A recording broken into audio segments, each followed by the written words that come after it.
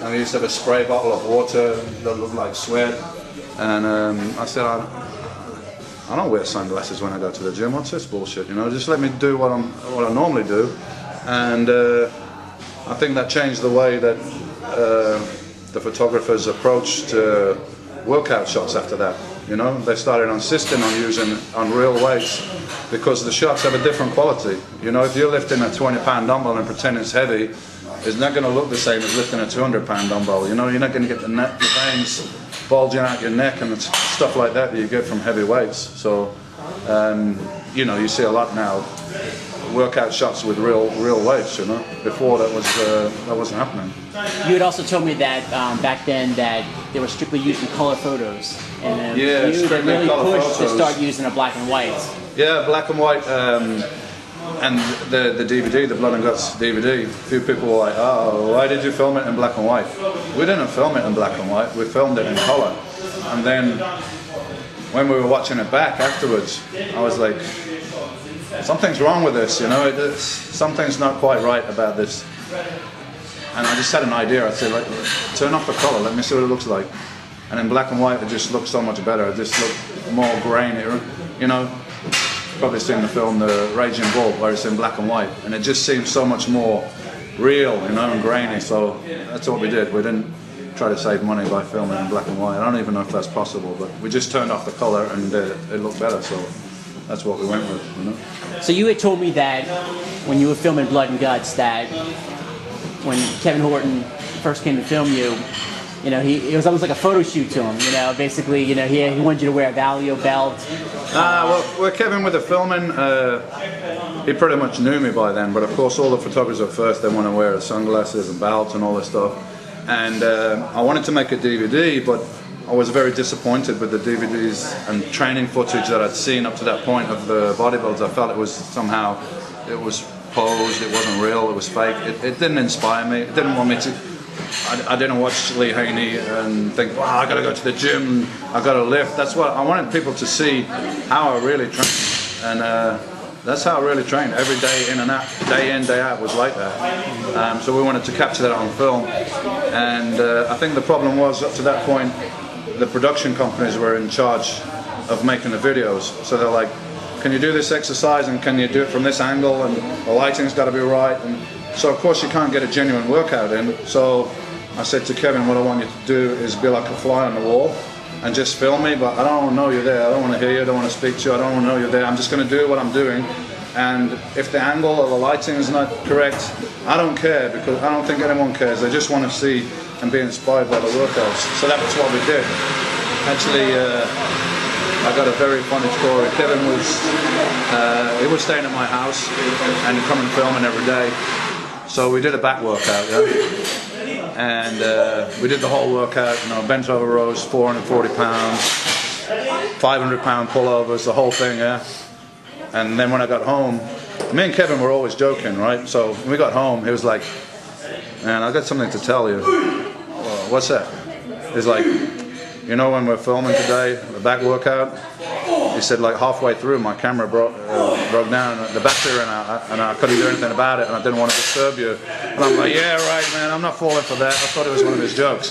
He's like, oh man, really, seriously? He's like, can we do it again tomorrow? I said, you're fucking kidding? I said, you want me to do that again tomorrow? I said, you're gonna have to come back next week. That's my next back day, so wait until then. Made him come back next week. Yeah, he came back next week to film it again. And if you're very observant, you can see some continuity mistakes. Leroy forgot to put the same shirt on. So we've got half the workout, he's got one shirt on, next workout is a different shirt. So you can see it somewhere. That's awesome, man. I remember I had this kid working down here behind the bar, yeah? So he's a young kid, he's a bodybuilding fan. So I'm getting ready for the Olympia, and you know how the diet gets to you and everything, but I'm pretty low key, I keep it all to myself. I just get even quieter. I don't really like to talk to a lot of people. I just like to come to the gym, do my thing, go home, and you know, I don't want to take my moods out on anyone, like anything like that. So that's how it is. But this kid, I mean, he's, you know, he's working at the gym. I guess he's a fan and like he's interested in everything, but he didn't really know what to say to me. So every day I came in, this kid was like, how's the diet? I'm like, yeah, it's okay, man. I mean, it's okay. Yeah. Every day, how's the diet? It's okay, man. One day, it's just got to me, like, how's the diet? I'm like, what the fuck do you mean, how's the diet? It's fucking killing me. What do you mean? I'm tired, I'm hungry. Why are you asking me how the fucking diet is? So, yeah, sorry about that, guy. You never asked it again, right? No, he didn't ask me that question again. In fact, he didn't ask me anything again. Yeah. Because very, very rarely I took my shirt off in the gym. Because I didn't need everybody telling me how great I looked. Which, of course, to the guys in the gym, I look great. But I'm not competing with the guys from the gym. I know who I'm competing against and what my standards are and what I want to achieve. So it wasn't really helpful for me to be posing for people in the gym. So I used to do it at home. And then I had a couple of trusted people that I would, you know, ask their opinion probably 4 or 5 weeks out. And that's when we did the photo shoot, you know, with the black and white pictures, which everybody knows. Which again, that was a funny story because those pictures were never intended for the magazines, for the public. It was just for myself, for my record. Kevin was here, and he took some pictures in the gym the previous year. So I said, well, I got an idea. Let's take the same pictures in the same spot, and you know, I got a record of how I compared to last year and everything. And I just finished working out. So I just stripped off my stuff, of course I got my underwear on and my socks. People are like, why you got your socks on, man? Because the pictures were never meant for publication, so I don't think about it, I got my socks on, you know? And then Kevin sent them to Flex magazine and like, the rest is history, you know? Right. Yeah, I mean, it's great now, you got instant access to everything, like MD, you got the magazine, but you also got the internet, so it's almost like live, like we do the play-by-play at the show me, Sean and Flex, it's live, it's straight on the internet, the pictures are straight on there, it's instant. But it wasn't like that before, we had no internet. You gotta wait, like, you have the Mr. Olympia or the Arnold, you gotta wait 3 or 4 months before that show report is on the newsstand and you get to see the pictures and talk to all your friends about it and everything. Actually, the phone used to be ringing off the hook here after the Mr. Olympia, like, to find out, you know, who won, what's the results. Yeah. So straight after the contest, you know, we used to ring up from the States and tell the guy at the gym what the top 12 was. He used to post it up and then all day he'd be on the phone, yeah, here's the top 10, here's the top 10, you know. Now you can go right on the internet. So there was a newspaper in England, which obviously is quicker to print than a magazine.